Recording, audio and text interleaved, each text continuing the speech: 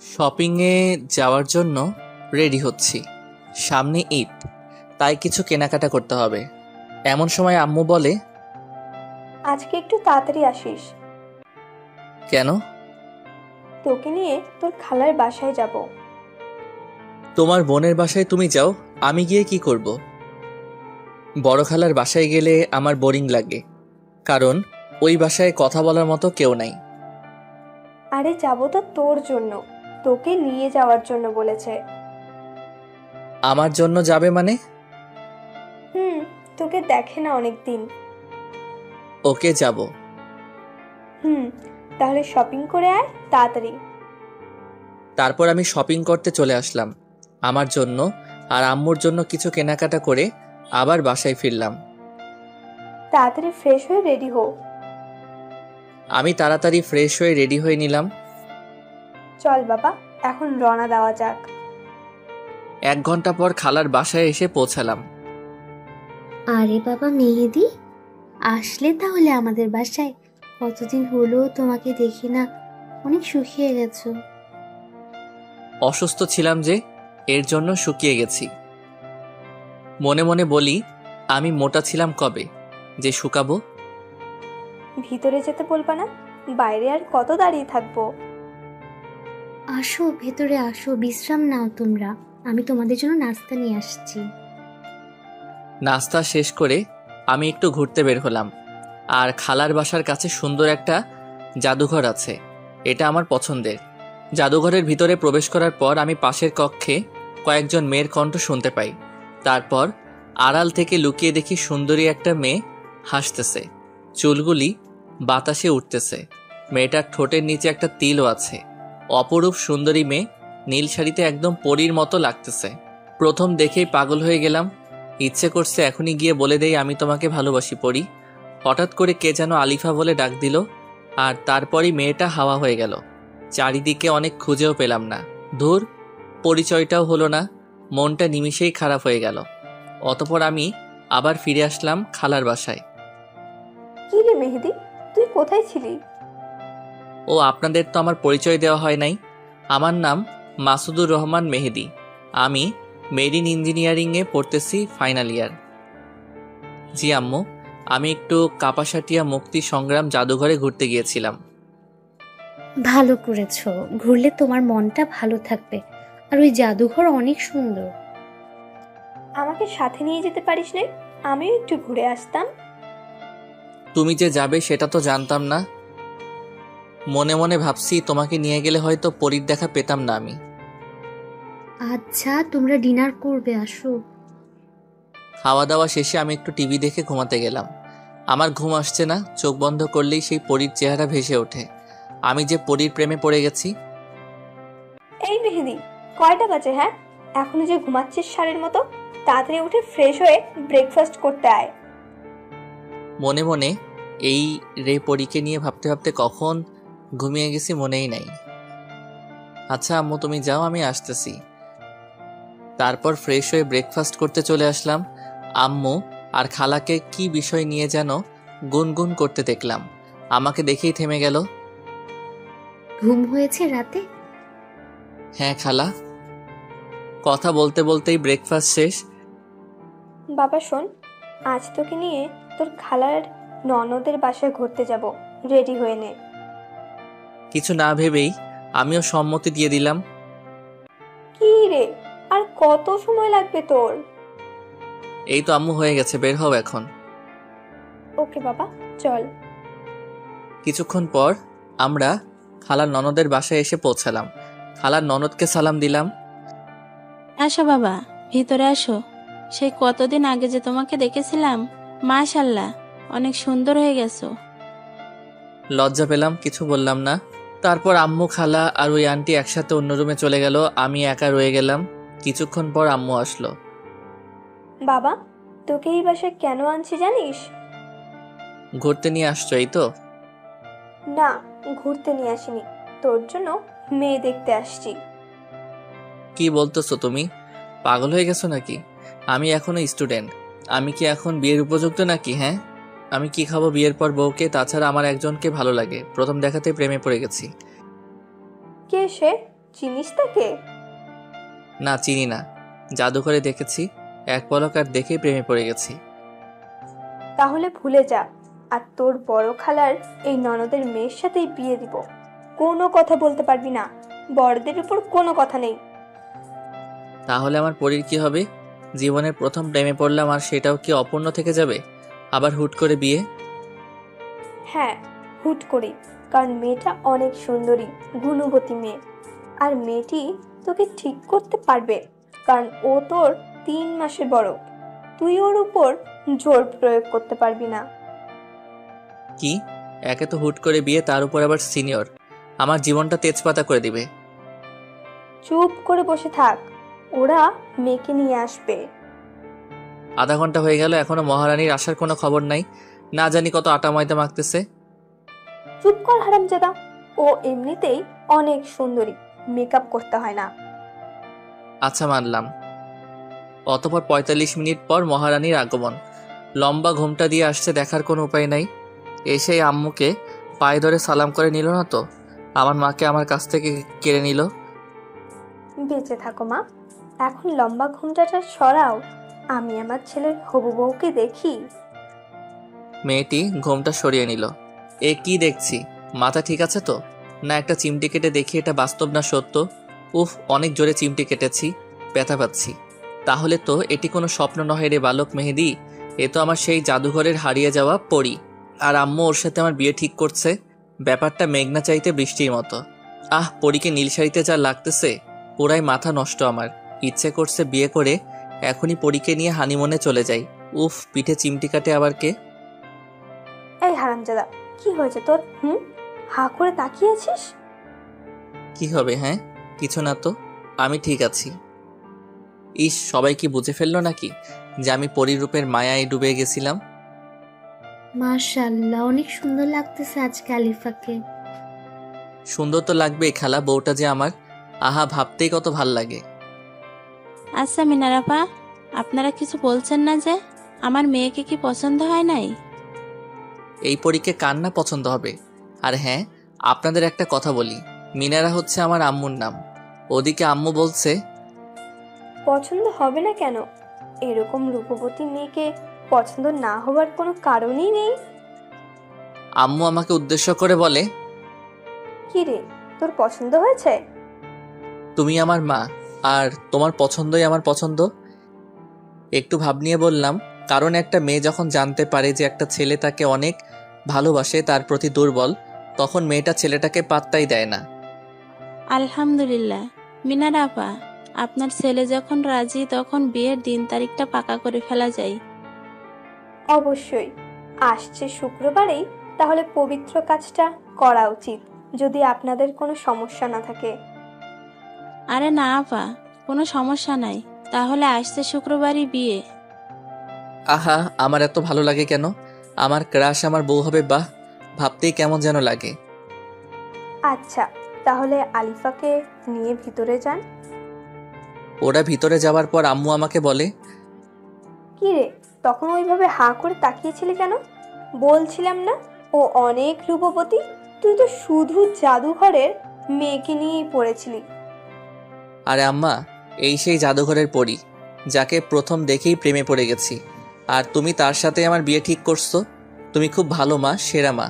I love you আম্মা। হয়েছে, আর ঢং করতে হবে না।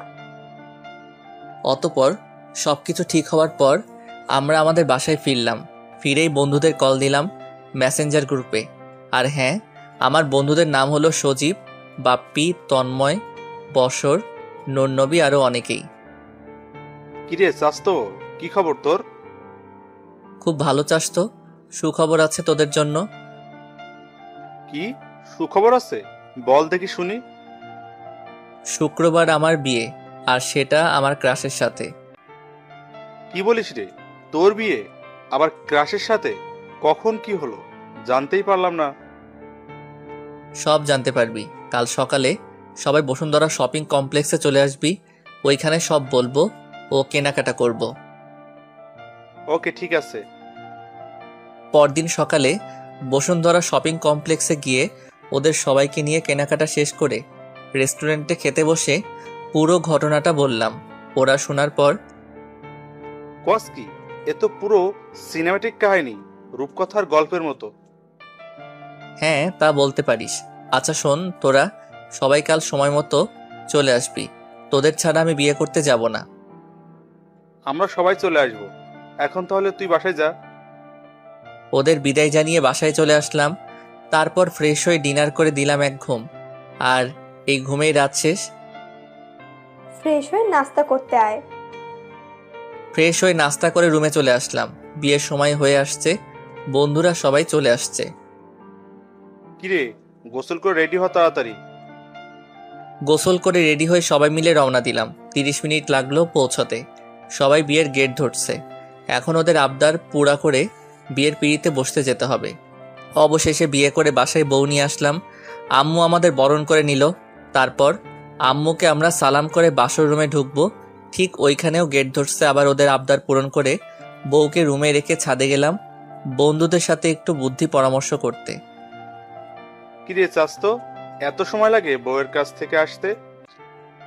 আরে শালা তো পারছে না ওর বউয়ের কোলে গিয়ে উঠতে। তোরা মজা নিচ্ছিস, ওকে নে মজা। তোদের বিয়েতে আমিও মজা নিব। আরে ভাতিজা রাগ করো কেন, আজকে তো একটু মজা করবো আমরা। জামাল পুইয়া রে, তাহলে তুই আমার আগে বিয়েটা করে ফেললি?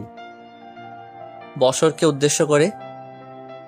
তো কি তোর মতো বুড়ো হয়ে বিয়ে করার ইচ্ছা প্রকাশ করবো নাকি?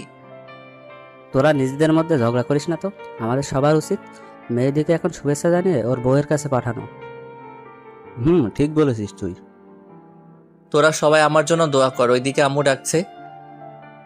এই হারামজাদা, বউ একা বসে আছে, তুই তাড়াতাড়ি রুমে যা। এই রে, অনেক সময় হলো, এবার আসি আমি। শুভ কাজটা সারতে হবে। যা, আর মনে করে বিড়ালটা মারতে ভুলিস না। আরে না কাকা, বিড়ালটাই আগে মারবো। তোরা দোয়া কর, আমি গেলাম।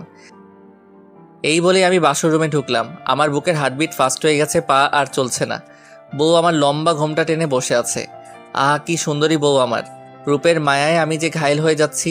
রুমের লাইটটা অফ করে ক্যান্ডেল লাইট জ্বালিয়ে দিলাম। এ কি শুনেছি, বাসরাতে বউ স্বামীর পা ছুঁয়ে সালাম করে, কিন্তু আলিফা যে করছে না। ও যে আমার সিনিয়র, এই জন্যই সালাম করতে হয়তো লজ্জা পাচ্ছে। ইস, আমার লজ্জাবতী বউটারে। না দেরি করে লাভ নেই, এখন যাওয়া যাক বউয়ের কাছে। অবশেষে এক বুক সাহস নিয়ে বিড়াল মারার কথা মাথায় রেখে আস্তে আস্তে ওর কাছে গিয়ে বসলাম। যেমনি ঘোমটাটা সরাতে যাব, ঠিক ওই মুহূর্তে আমার হাতটি এক ঝটকায় আমার হাতটি ছাড়িয়ে দিয়ে নিজেই ঘোমটাটা সরিয়ে ফেলল। আহ কি অপরূপ সুন্দরী আমার বউ, যেন পরীর দেশের রানী। চোখে কাজল, বাঁকা দাঁত, ঠোঁটের নিচের তিল, দীঘল কালো ঘন কেশ। উফ, একদম রূপকথা রাজকন্যা। ওদিকে ঘোমটা সরিয়ে ও বলছে, এতক্ষণ ঘোমটা দিয়ে বসে থেকে আমার অস্বস্তি বোধ হচ্ছে। ওর হাতটি ধরতে গেছি, ঠিক তখনই, একদম ধরবি না আমাকে। কি বলছো এসব? স্বামী তার বউয়ের হাত ধরবে না তো কে ধরবে? আর তাছাড়া আমি তোমার স্বামী, তুমি আমাকে তুই করে বলছো কেন? কিসের স্বামী? কে স্বামী? ওর কথা শুনে হতভম্ব হয়ে গেলাম। কি বলো এসব? আমি তোমার স্বামী, আজই তো আমাদের বিয়ে হলো। সরি, আমি তোকে আমার স্বামী মানতে পারবো না। তোমার মাথা কি ঠিক আছে নাকি পুরাই গেছে? হ্যাঁ, এসব কি বলতেছো? মজা করতেছো আমার সাথে? আরে শোন, তোর মতো ছেলের সাথে আমার মজা করতে হবে নাকি? বুঝছি, তুমি আমাকে বোকা বানাচ্ছ। তোর মতো ছেলেকে আমি বোকা বানানোর মতো সময় আমার কাছে নাই। আর আয়নাতে নিজের চেহারাটা কোনোদিন দেখেছিস? হ্যাঁ, একদম গেও ভূত, খ্যাত, কাইল্লা, চামচিকা। কি আছে হ্যাঁ আমার স্বামী হবার মতো? কোনো যোগ্যতা নাই তোর মাঝে। ওর কথাগুলো শুনে স্তব্ধ হয়ে গেলাম। কোনো বউ কখনো তার নিজের স্বামীকে এইভাবে আঘাত দিয়ে কথা বলে না। ওর কথা শুনে আজ অনেক খারাপ লাগছে। কেননা আমার জন্মদাত্রী মা আমাকে কখনো এভাবে বলা দূরে থাক, কালো অবধি বলেনি। আচ্ছা মানলাম আমি অসুন্দর কালো, এটাকে আমি নিজে হয়েছি? এমন তো আমাকে ওই সৃষ্টিকর্তা ভালোবেসে বানিয়েছে। অনেক খারাপ লাগছে, কান্না পাচ্ছে, তবুও এক ফোঁটা জল বের হতে দিচ্ছি না। নিজেকে শক্ত করে ওরে বললাম, আচ্ছা আমি কালো, গেও, ভূত, খ্যাত, চামচিকা, এটাই কি তুমি দেখতেছো? একটিবার আমার ভিতরের ভালোবাসা দেখবে না? তোর ভালোবাসার গুল্লি মারি আমি, তুই আমাকে আপনি করে বলবি। আচ্ছা বলবো। আপনি জানেন, আমি না আপনাকে প্রথম দেখাতেই ভালোবেসে ফেলছি। সেদিন জাদুঘরে দেখার পর থেকে আমি আপনার জন্য পাগল। দয়া করে আপনি আমার ভালোবাসাটা বোঝার চেষ্টা করুন। আমি আপনার জন্য আমাকে চেঞ্জ করে ফেলবো, তবু আপনি আমাকে কষ্ট দিয়েন না। জীবনের প্রথম কাউকে এতটা ভালোবেসেছি আমি। আপনি আর আমাকে আঘাত করে কথা বলবেন না। আমার ভালোবাসাটা মেনে নেন আপনি। আপনি যা বলবেন আমি তাই করব। আমি আমার লাইফটাকে স্যাক্রিফাইস করে দিব দরকার লাগলে, তবুও আপনি আমাকে স্বামীর অধিকার থেকে বঞ্চিত করবেন না। সরি, আমি তোকে মানতে পারবো না। কারণ হচ্ছে আমি একজনকে ভালোবাসি। আমাদের 3 বছরের সম্পর্ক, আর ও ডাক্তার। তোর মতো সামান্য মেরিন ইঞ্জিনিয়ারিং পড়া ছাত্র না, তাও আবার আমার জুনিয়র তুই। তোরে আমি মানতে পারবো না। ওর সম্পর্কের কথা শুনে আর নিজেকে ঠিক রাখতে পারলাম না। চোখের কোণে পানি বেয়ে বেয়ে পড়তেছে। চোখ মুছে কান্নাজড়িত কণ্ঠে ওকে বললাম, আচ্ছা আপনার সম্পর্ক আছে, তাহলে এই কথা আগে কেন বলেননি? আমি কি দোষ করেছিলাম? কেন আমার জীবনটা শেষ করে দিলেন আমাকে? আমারও তো আর 10টা ছেলের মতো বিয়ে করে বউকে নিয়ে সুখের সংসার করার স্বপ্ন ছিল। কেন আপনি আমার সাথে এমন করলেন? আমার কোনো দোষ নেই। আমি কেন তোর মতো ছেলেকে স্বেচ্ছায় বিয়ে করতে যাব? আমার মা আমাকে বলেছে বিয়ে করতে, আর মা ডাক্তারকে মানবে না, তাই আমাকে এত তাড়াতাড়ি হুট করে তোর সাথে বিয়ে বসতে বাধ্য করেছে। আচ্ছা বুঝলাম সব। এখন তাহলে আমার কি হবে? আমি কোন স্বপ্ন নিয়ে বাঁচব? তোর কি হবে সেটা তো আমি জানি না, সেটা তুই জানিস কি করবি। পারলে একটা রিলেশন করে বিয়ে করে নিস।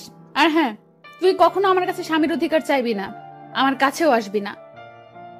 আমাকে কি মনে হয় আপনার কাছে? হ্যাঁ, ভালোবাসা এতই সস্তা নাকি যে আজকে আপনাকে ভুলে গিয়ে কালকে অন্যজনের সাথে রিলেশন করে বিয়ে করে ফেলবো? আমি আপনাকে ভালোবাসতাম, ভালোবাসি, আর ভবিষ্যতেও বাসবো, কিন্তু কখনো আপনার কাছে ভালোবাসা চাইবো না, কথাটি বলে দিলাম। আর এটাও শুনেন, আপনি নিজেই একদিন আমার কাছে আসবেন, ভালোবাসা ভিক্ষা চাইবেন, কিন্তু সেদিন আমি পাথর হয়ে যাব, ফিরিয়ে দিব আপনাকে, কিন্তু ভালোবাসবো ঠিকই আপনাকেই। একা জীবনটা কাটিয়ে দিব, তবুও ভালোবাসা চাইবো না। আর বললেন না আপনার কাছে যেন স্বামীর অধিকার নিয়ে না যাই। আরে শুনেন, আমি আপনাকে কোনোদিন টাচও করব না। আর যারে ভালোবাসেন তাকে নিয়ে সুখী হয়েন। ডিভোর্স দিয়ে দিব আপনাকে, চাইতেও হবে না। ডাক্তারের ভালোবাসা সত্যি হলে আপনি আমার বউ হবার আগেই ডাক্তার আপনাকে বিয়ে করে নিতে পারত। আপনি একদিন বুঝবেন আর কাঁদবেন, যেমন আজ আমি কাঁদতেছি। আচ্ছা, আর ফালতু বকিস না তো। তুই বসে বসে স্বপ্ন দেখ এই দিনের আশায়। আর ডিভোর্স তুই কি দিতে চাইবি? আমি নিজেই তোকে ডিভোর্সের জন্য বলতাম। তোকে আমার একদমই সহ্য হয় না। এখন ঘুমাবো একটু শান্তিতে। তুই আবার কোনো সুযোগ নিতে আসবি না। আমাকে টাচ করলে তোর আম্মুকে তোর নামে মিথ্যা অপবাদ দিব। ওকে যান, আপনি ঘুমান, আর আপনি নিশ্চিন্তে থাকেন, আপনাকে একটি ফুলের টোকাও দেওয়া হবে না। আমি কিভাবে ঘুমাবো যদি তুই আমার সাথে একই খাটে ঘুমাতে চাস? আপনার সাথে আমি ঘুমাবো? পাগল হইনি আমি, বুঝছেন? আপনি খাটে ঘুমান, আমি সোফায় ঘুমাবো, নিচে ডাইনিং রুমে। না, নিচে ডাইনিং রুমে না, তাহলে সবাই সন্দেহ করতে পারে। আজব, তাহলে আমি কোথায় ঘুমাবো? তুই এই রুমেই বালিশ নিয়ে ফ্লোরে ঘুমাবি। আচ্ছা আপনি ঘুমান নির্ভয়ে। ওকে, তুইও ঘুমা। শুভরাত্রি। শুভরাত্রি বলে উনি ঘুমিয়ে গেল। কচু রাত্রি। আমার সবাই বিয়ের প্রথম রাতে বউয়ের ভালোবাসা উপভোগ করে, আর আমার কিনা ডিভোর্সের কথা শুনতে হয়। কত স্বপ্ন ছিল এই বাসর রাতকে নিয়ে, আর হয়ে গেল কি? এটাই আমার কপাল। এসব ভাবতে ভাবতেই আলিফার ঘুমন্ত মুখখানির দিকে চোখ পড়তেই আমি আবার ক্রাশ খেয়েছি। একটা মেয়ে এত সুন্দরী কিভাবে হয়? এত সুন্দরী একটি মেয়ের মনটা এত কুৎসিত কেন? আমার একটু বুঝে না। আমি যে ওরে অনেক বেশি ভালোবাসি, কি করে ওরে ভুলবো? ভুলতে যে হবেই। ওর মুখের উপর চুলকুলি চলে এসেছে, সরিয়ে দিব কি করে? আমি যে কথা দিয়েছি ওরে কখনো টাচ করব না। এসব ভাবতে ভাবতে কখন যে ঘুমিয়ে পড়েছি, আর কখন রাতের অন্ধকার কেটে গিয়ে দিনের আলো ফুটে উঠেছে নিজেও জানি না। আম্মুর ডাকে ঘুম ভাঙে। বৌমা, ও বৌমা, সকাল হয়েছে। এবার ঘুম থেকে উঠে ফ্রেশ হয়ে মেহেদিকে সাথে নিয়ে নাস্তা করতে আসো। মা আপনি যান, আমরা ফ্রেশ হয়ে আসতেছি। মায়ের সাথে কি সুন্দর করে কথা বললো, আর আমার সাথে কুত্তার মতো ব্যবহার করে। ওই গেও ভূত, ঘুম থেকে উঠে ফ্রেশ হয়ে নাস্তা করতে চল। জি উঠছি। এরপর ফ্রেশ হয়ে দুইজন একসাথে বের হবার আগে ওরে বললাম, শুনেন, আপনার আর আমার মাঝে কি চলছে এবং কি হতে যাচ্ছে সেটা শুধু আমরাই জানি, আর কেউ যেন না জানতে পারে। আম্মুর সামনে এমনভাবে আমার সাথে কথা বলবেন যাতে আম্মু না বুঝতে পারে আমাদের মাঝে কি চলছে। আচ্ছা ঠিক আছে, চল। ওকে চলেন। ডাইনিং রুমে চলে আসছি। মাশাল্লাহ, বৌমাকে অনেক সুন্দর লাগছে। আসো মা, আসো, আমার সাথে বসো তুমি। বাহ, কি সুন্দর কথা! এখনই আমার মা আমাকে ভুলে গেছে, নকল বউ মাকে নিয়ে আছে, আবার আদর করে সাথে বসানো হচ্ছে। আমি এখন পর হয়ে গেছি। কি রে মেহেদি, তুই কিছু বলছিস না যে? চুপ করে আছিস কেন? কি বলবো, বলার মানুষ তো এসেই গেছে, এখন আমি না বললেও হবে। ক্ষুধা লেগেছে অনেক, খেতে দাও। তারপর খাওয়া দাওয়া শেষ করে যখন উঠবো তখন আম্মু বলল, শুনো, আমি চাইছি তোমরা এই মাসের 15 তারিখে হানিমুনে চলে যাও। 1 মাস ঘুরে আসো দুজন। একসাথে থাকলে তোমাদের অনেক ভালো লাগবে। না মা, এখন এসব হানিমুনের দরকার নেই। বিয়েটাই যেখানে মিথ্যা হয়ে গেছে, ডিভোর্স হয়ে যাবে, সেখানে হানিমুনের দরকার নেই। কথাটি আসতে বললাম। দরকার নেই মানে কি? হ্যাঁ, তুই কি পাগল হয়ে গেছিস? বিয়ের পর হানিমুন হবে না তা তো মেনে নেওয়া যায় না। হানিমুন হবে। আমি যা বলছি তার বাইরে একটি কথাও বলবি না তুই। হ্যাঁ মা, আপনি ঠিক বলছেন, আমরা হানিমুনে যাব, আপনি যাবার ব্যবস্থা করেন। এই মেয়েটি কি পাগল হয়ে গেছে? নিজেই বিয়ে মানছেন, আবার নিজেই এখন বলছে হানিমুনে যাবার ব্যবস্থা করতে। লজ্জা বলতেই কিছু নাই মেয়েটির। হ্যাঁ বৌমা, সব ব্যবস্থা হয়ে গেছে।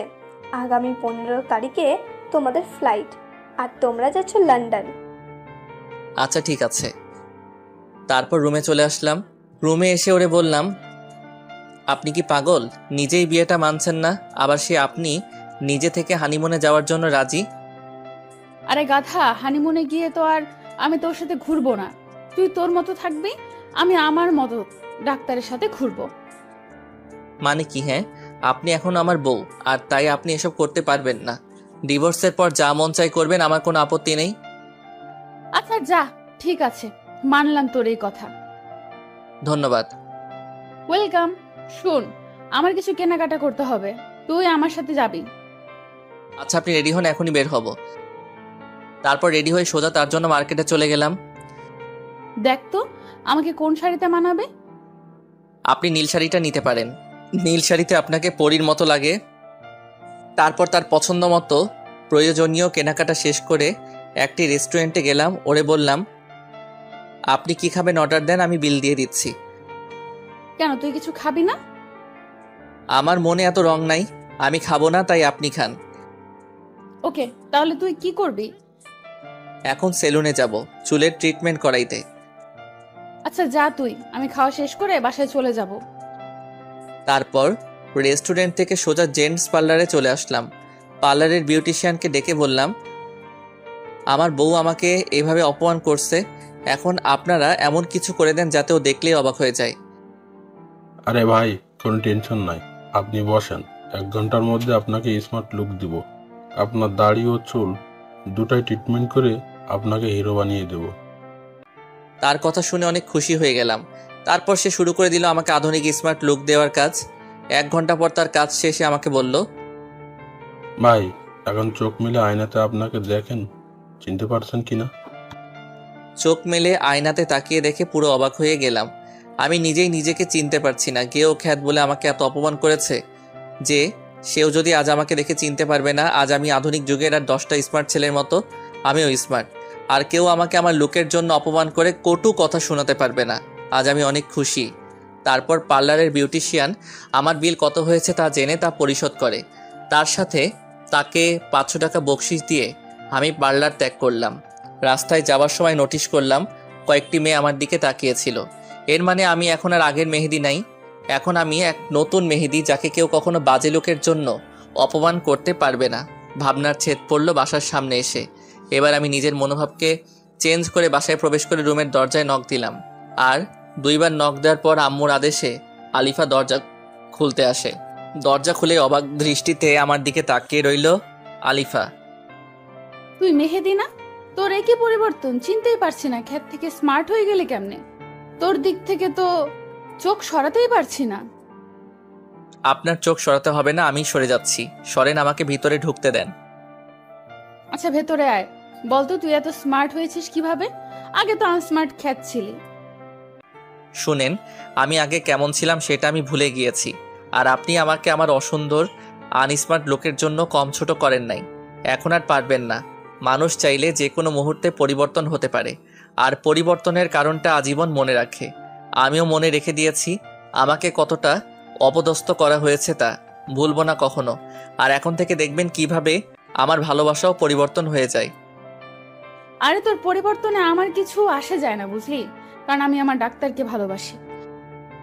বৌমা, তোমরা দুজনে কিসের আলাপ করছো? আর মেহেদি, তোর এত পরিবর্তন কিভাবে? আমি কত বলেছি নিজেকে পরিবর্তন করতে, করিসনি। আর এখন বউয়ের ভালোবাসা পেয়ে এত পরিবর্তন? এমনি হানিমুনে নিয়ে আলোচনা করছিলাম মা। কত বড় মিথ্যা কথাটা বলল ডাইনিটা। আর আমারও যে কথা ভালোবাসা পেয়ে নাকি এমন পরিবর্তন, সত্য কথা যদি জানতো মা অনেক বেশি কষ্ট পেত। যাই হোক, এবার বাস্তবে ফিরে আসা যাক। মা, বিয়ের পর সবাই পরিবর্তন হয়, তাই আমিও হলাম। তাছাড়া আমার বউ যে সুন্দরী, ওর সাথে মানানোর জন্য আমাকে তো একটু পরিবর্তন হতেই হবে, তাই না? তাছাড়া ওরও তো আশা থাকতে পারে যে ওর স্বামী অনেক স্মার্ট হবে, তাই সব কিছু ভেবেই এই পরিবর্তন। বাহ, ভালো লাগলো তোর কথা শুনে। তুই বুঝতে পারছিস তোর বউকে। আচ্ছা, এখন আয় বাবা, খেয়ে বিশ্রাম কর। আচ্ছা আম্মু, আমরা ফ্রেশ হয়ে আসছি।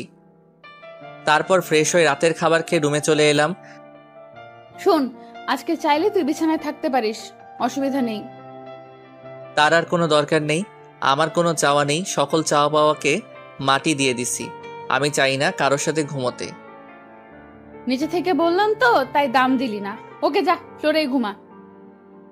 জি, আপনি বিছানায় আরাম করে নির্ভয়ে ঘুমান, আমি ফ্লোরেই ঘুমাবো। ওকে, গুড নাইট। দরদ দেখাতে আসছে আমাকে, চাই না কেউ আমার প্রতি দরদ দেখাক। নিজে তো আরাম করে ঘুমাচ্ছে, কষ্ট হচ্ছে আমার। নিজের বাড়ি আর নিজের কিনা বিছানা রেখে ফ্লোরে ঘুমাতে হয়, একেই বলে কপালের নাম গোপাল। যাই হোক, ঘুমিয়ে পড়ি। সকালবেলায় এই মেহেদি, ঘুম থেকে উঠবি না, সকাল হয়ে গেছে তো। কি হয়েছে? হ্যাঁ, কেবলই তো ঘুমিয়েছি, বিরক্ত করবেন না যান। আর চোখে পরীকে দেখে নিলাম। ভেজা খোলা চুলের ঘ্রাণে আমি মাতাল হয়ে যাচ্ছি। অপরূপ সুন্দর লাগছে ওকে। দূর, কি ভাবছি এসব, পরে নিয়ে এত ভেবে লাভ নেই। এখন ফ্রেশ হয়ে আসি। ফ্রেশ হয়ে সরাসরি নাস্তা করতে চলে গেলাম। আমার সামনে বসছে আলিফা। আমি খাওয়ার পাশাপাশি ওকেও দেখছি, বিষয়টা ও বুঝতে পারে। এই খাবারের সময় অন্যদিকে তাকাতে নেই, খেয়ে ওঠো। মা সাথে, তাই আজ বউ ভালোবেসে সুন্দর করে একটা কথা বলল। এতদিনের বিবাহিত জীবন অতিবাহিত করার পর মাকে দেখানোর জন্য বলা হলেও এতেই আমি ভালোবাসা খুঁজে নিয়েছি। খাওয়া শেষে মা বলল, তোমরা সবকিছু গুছিয়ে ফেলো, আজ বিকালেই তোমাদের হানিমুনের ফ্লাইট। ওয়াও মা, এটা তো খুশির কথা। আমি এক্ষুনি যাচ্ছি সবকিছু গোছাতে। এই তুমিও আসো, আমাকে হেল্প করবে। আমাকে উদ্দেশ্য করে বলল কথাটা। আচ্ছা চলো। মনে মনে ভাবছি বউটা এত ভালো হলো কেমনে। আজ ওর কথাতে শুধু ভালোবাসা লেগে আছে। যাই হোক, আমাদের সব কিছু গোছানো শেষ। আমরা এখন রেডি, বের হব। আমাদের সাথে আম্মু যাবে, আমাদের এয়ারপোর্ট পর্যন্ত দিয়ে আসবে, সাথে ফ্রেন্ডরাও আছে। অবশেষে 1 ঘন্টা পর আমরা এয়ারপোর্টে এসে পৌঁছালাম। এই নে বাবা, তোদের দুজনের টিকিট। সাবধানে রাখ, আর গিয়ে পৌঁছালেই জানাবি। আচ্ছা মা, আমাদের জন্য দোয়া করবে। সাবধানে যাস, আর কোন দরকার পড়লে জানাতে ভুলবি না। আর হানিমুন থেকে আসার সময় সুখবরটাও নিয়ে আসবি। আচ্ছা, তোমরা সবাই ভালো থাকো। আর মা, তুমি নিজের প্রতি খেয়াল রাখবে, ঠিক মতো ওষুধগুলো খাবে। কোনো কিছু দরকার হলে আমার বন্ধুদের বলবে। আর শোন বন্ধু, তোরাও ভালো থাকিস আর দোয়া করিস। এই বলে সবার কাছ থেকে বিদায় নিয়ে আমরা দুজন প্লেনে আমাদের সিটে গিয়ে বসলাম। আজ তোমাকে অনেক সুন্দর লাগছে। সবাই হা করে তাকিয়ে আছে, আমার দেখে সহ্য হচ্ছে না। তুমি জানলার পাশে এসে বসো। হুট করে আমার প্রতি এত প্রেম কোথা থেকে আসলো? আর ওরা তাকালেই আপনার কি? আপনি তো আমাকে মানেন না আপনার স্বামী হিসেবে। এটা বুঝবে না তুমি। একটা মেয়ে একটা ছেলেকে ভালো না বাসলেও সেই ছেলের সাথে অন্য কাউকে সহ্য করতে পারে না। আর হ্যাঁ, তুমি এখন থেকে আমাকে আর আপনি করে না, তুমি করে বলবে, না হলে সবাই ভাববে আমাদের মাঝে কোনো ঝামেলা আছে। আচ্ছা ঠিক আছে, আপনি যা বলেন তাই হবে। আপনি যা বলেন মানে কি? হ্যাঁ, তুমি বলবা। ওকে, তুমি যা বলো। তারপর প্লেন উঠতে শুরু করলো। এদিকে এক সুন্দরী এয়ার হোস্টেস এসে আমাকে বলল, এই যে শোনেন, আপনি তো মেহেদি, আর উনি আপনার স্ত্রী আলিফা সোহাব। হ্যাঁ, কি বলবেন বলেন। আলিফাকে দেখিয়ে সুন্দর করে বললাম, আলিফা তো জ্বলে পড়ে মরছে, আমার অনেক ভালো লাগছে। জি, আপনারা আপনাদের সিট বেল্ট লাগান। আর এই যে আপনাদের নাস্তা খেয়ে নিন, আর যে কোনো প্রয়োজনে আমাকে ডাকবেন। আর একটা কথা, আপনাকে অনেক স্মার্ট লাগছে। ওকে ঠিক আছে, আমি প্রয়োজনে আপনাকে ডাকবো। এদিকে বউ তো জ্বলতেছে আগুনের মতো। এই কুত্তা হারামি, এয়ার হোস্টেসের সাথে তুই আর কোনো কথা বলবি না। যা বলার আমি বলবো, কথাটা মনে থাকে যেন। আমি ওরে রাগানোর জন্য যেই না এয়ার হোস্টেসকে ডাক দিতে যাব, আলিফা আমাকে অমনি ধরে বলল, এই কুত্তা, তোকে না কেবলই বললাম তুই এই মেয়েকে ডাকবি না, তাহলে কেন ডাকলি? আমার কথা কি মাথায় ঢোকেনি, নাকি মেরে ঢোকাতে হবে? এই ছাড়ো না, সবাই দেখছে। সবাই কি বলবে বলো তো? ছেড়ে দাও, তোমার স্বামীর মান সম্মান কি তুমি ক্ষুণ্ণ করতে চাও? যে দেখার দেখুক, তাতে আমার কি? আমি আমার জুনিয়র স্বামীকে শাসন করব। কার কি? হ্যাঁ, একদম চুপচাপ থাকবে। কারোর সাথে কথা বলো তো দূরে থাক, তাকাবেও না। আচ্ছা, জো হুকুম মহারানী। আমি আর কারো দিকে তাকাবো না, শুধু আমার এই পরীর দিকে অপলক দৃষ্টিতে তাকিয়ে থাকবো, আর তোমার রূপের মুগ্ধতায় নিজেকে ডুবিয়ে নিব। এই যাও তো দুষ্টু, এভাবে বলবে না, আমার লজ্জা লাগে, আর পরে তোমার প্রেমে পড়ে যাব। ওর হাতটি ধরে বললাম, সমস্যা নাই তো, স্বামীর প্রেমে তো স্ত্রী পড়বে। কিন্তু আমি যে ডাক্তারকে ভালোবাসি, ওরে ভুলতে পারবো না আমি। আমি তোমাকে এত বেশি ভালোবাসা দিব যে তুমি ডাক্তারকে ভুলে গিয়ে আমার ভালোবাসায় ডুব দিতে চাইবে। আচ্ছা দুষ্টু, এখন চুপচাপ করে বসো। এয়ার হোস্টেস আপু, দয়া করে একটু এদিকে আসবেন। জি ম্যাম, বলুন। আপনি এখন থেকে যা কথা বলার আমার সাথে বলবেন, আমার স্বামীর সাথে কোনো কথা বলতে হবে না। কিন্তু ম্যাম। কোনো কিন্তু নেই, আমি যা বলছি তাই করবেন। কথাটা ভালো করে মাথায় ঢুকিয়ে নেই। আচ্ছা ম্যাম, ঠিক আছে। তুমি এভাবে না বললেও পারতে। আমি কিভাবে বলবো না বলবো সেটা তোমার বলে দিতে হবে না। চুপ করে বসে থাকো আমার দিকে তাকিয়ে। আচ্ছা, ব্যাপারটা বুঝছি না, ও কি প্রেমে পড়লো আমার? হঠাৎ করে এত ভালোবাসা কেন দেখাচ্ছে? যাই হোক, আমি এত কিছু ভাবতে পারবো না, বরং ওর দিকে তাকিয়ে ওর রূপের মুগ্ধতায় ডুবে যাই। অতঃপর 3 ঘন্টা শেষে প্লেন অবতরণ করলো। এই আমার হাত ধরে নিয়ে নামো তো। একা একা চলে যাচ্ছে বউকে রেখে, কত বড় কলিজা। আচ্ছা আসো। তারপর আমরা এয়ারপোর্ট থেকে ট্যাক্সি নিয়ে সোজা বালির রিসর্টের কাছাকাছি একটি হোটেলে গিয়ে উঠি। হোটেলটি খুব নিরিবিলি জায়গায়, সমুদ্রের সাথে, তাই বারান্দা থেকে সমুদ্রের ভিউটা উপভোগ করা যায়। আমাদের পৌঁছাতে সন্ধ্যা হয়ে গেছে, তাই আর আজ সমুদ্র সৈকতে যাইনি। এসেই বাসায় ফোন দিয়ে আম্মুকে ও বন্ধুদের জানিয়ে বারান্দায় বসে সমুদ্রের তীরে আশ্রে পড়া ঢেউ আর সমুদ্রের ভিউটা উপভোগ করছি। এমত অবস্থায়, এই আর কতক্ষণ বসে বসে থাকবো? আসো, ডিনার করে এসে গল্প করব। ওকে চলো। তারপর দুজন একসাথে হাতে হাত মিলিয়ে চলে গেলাম ডিনার করতে।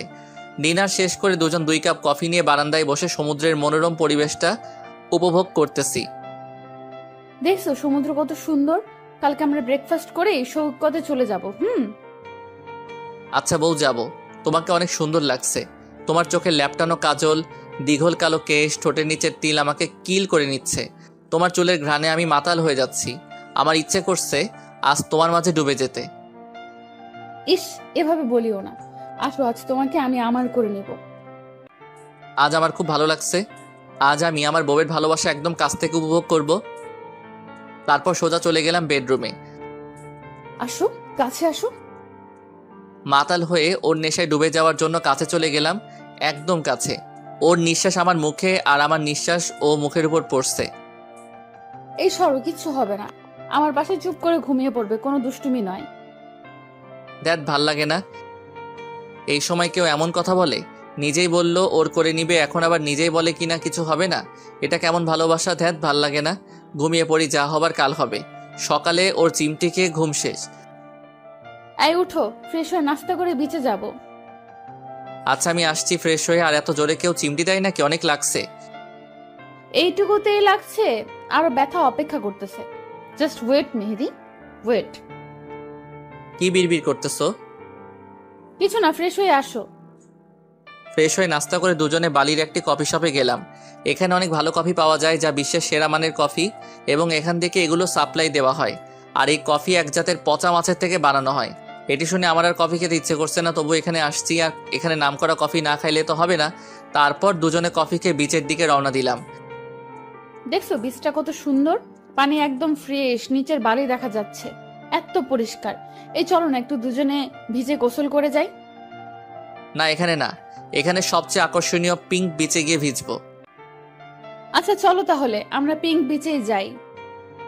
তারপর আমরা একটি স্পিড বোটে করে পিঙ্ক বিচে গেলাম। ওয়াও জোস, কত সুন্দর বিচ, একদম পিঙ্ক। আর এই জন্য এই বিচের নাম পিঙ্ক বিচ।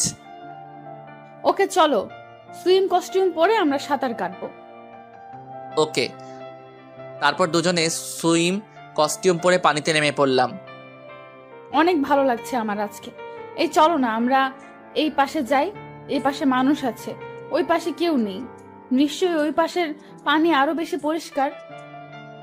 আচ্ছা চলো। আমরাই শুধু, আর কেউ নাই এখানে। সাগরের উত্তাল ঢেউ আশ্রে পড়েছে বিচে, ভিউটা জোস, আর সাথে সুন্দরী বউ, সব মিলিয়ে নিজেকে সিনেমার হিরো মনে হচ্ছে। এই আমি একটু ঝিনুক কুড়াবো, আমার অনেক শখ এটি। আচ্ছা যাও। আমি সাঁতার কাটতে লাগলাম। থাকতে থাকতেই হুট করে একটি বড় ঢেউ এসে আমাকে ভাসিয়ে নিয়ে তীরে ফেললো। তারপর আমি মাথা উঁচু করে দেখি 5 জন বখাটে গুন্ডা টাইপের লোক আমার সামনে দাঁড়িয়ে। আমি উঠে যেতে লাগলেই একজন কাঁধে হাত রেখে বলে, কোথায় যাবেন ভাই? আমার বউকে নিয়ে এখন হোটেলে ফিরবো। কেন জানি তাদের আমার সুবিধার মনে হচ্ছে না, তাই চলে যেতে চাইলাম। ভাই আপনি মনে হয় ভুলে গেছেন, এখানে কেউ আসলে আর ফিরে যেতে পারে না। কথাটি শুনেই আমার গা শিউরে ওঠে। চুপসে যাওয়া কণ্ঠে বললাম, কি বলছেন ভাই? যেতে পারবো না? কেন আসছি? যখন তখন যেতেও পারবো। সিগারেটে জোরে টান দিয়ে আমার মুখে ধোয়া ফু দিয়ে বলল, এই বিচ পিঙ্ক বিচ হলেও আজ তোর জন্য এই বিচ ডেড বিচ। বুঝতে আর দেরি হলো না, এরা গুন্ডা আমাকে ফেলে হয়তো আমার বউকে নিয়ে চলে যাবে। আমি এদিক ওদিক তাকে দেখে আলিফা কোথাও নেই। আমি অনেক ভয় পেয়ে যাই। আমি পালানোর চেষ্টা করার আগেই হায়নার দল আমার উপরে ঝাঁপিয়ে পড়ল। প্রাণপণে চেষ্টা করলাম নিজেকে বাঁচানোর জন্য, কিন্তু পেরে উঠলাম না 5 জনের সাথে। অনেকক্ষণ মারার পর তারা ভাবছে আমি মারা গিয়েছি, তাই বখাটে গুন্ডাদের লিডার করে যেন ফোন দিয়ে আসতে বলল। কিছুক্ষণ পর আমি যা দেখলাম তা দেখার জন্য আমি মোটেও প্রস্তুত ছিলাম না। দেখলাম আলিফা একটি লোকের সাথে হাসতে হাসতে এই গুন্ডাদের কাছে আসলো। লোকটি আর কেউ না, আলিফার প্রেমিক ডাক্তার নিলয়। কাজ খতম হয়েছে? হ্যাঁ বস, আপনি যেভাবে বলেছেন সেভাবেই করেছি। আহারে বেচারা, কি ভয়ঙ্কর মৃত্যুটাই না দেখতে হলো। 2 দিনের দেখানো মিথ্যা ভালোবাসায় সব ভুলে গেছিল। লাশটাকে এই সমুদ্রে ভাসিয়ে দে, আর নে তোদের পারিশ্রমিক। এসব কি দেখছি, কি শুনলাম আমি? আমার ভালোবাসায় আমার মৃত্যুর কারণ? আমি কি দোষ করেছিলাম? শুধু ভালোবেসেছিলাম। আমি তো নিজেই ওর লাইফ থেকে সরে যেতে চেয়েছি, আর ও কিনা আমাকে এভাবে মিথ্যা ভালোবাসার লোভ দেখিয়ে এভাবে পৃথিবী থেকে সরিয়ে দিচ্ছে। এত নিষ্ঠুর হয় কিভাবে একটা মানুষ?